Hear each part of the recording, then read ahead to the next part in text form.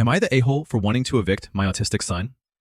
Let me tell you a story, and you tell me if I'm really the villain here, because this one cuts deep. It's about my 19-year-old son. He's autistic, high-functioning, and for most of his life, we tried to understand him, support him, and give him room to grow. Honestly, we gave him a lot of freedom. We were learning his diagnosis, trying not to overwhelm him, and trying to keep the peace in our home.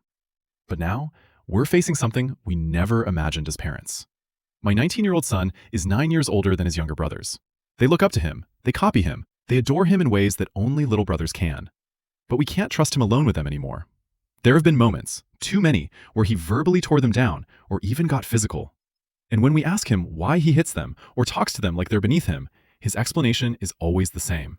I didn't hit them hard, I wasn't using my full force. As if that somehow makes it okay.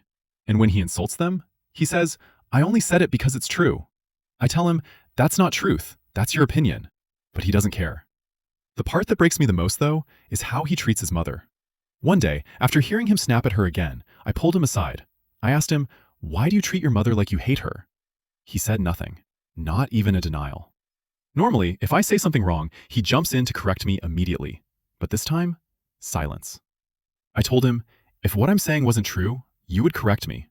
He finally muttered, not all the time. And that moment, it hit hard. So I tried another approach. I asked him, in your whole life, the number of times your mother hurt you, is it more or less than 20? He said, less. And the good things? Her telling you she loves you, making your favorite meals, doing special activities with just you. Is that more than 20?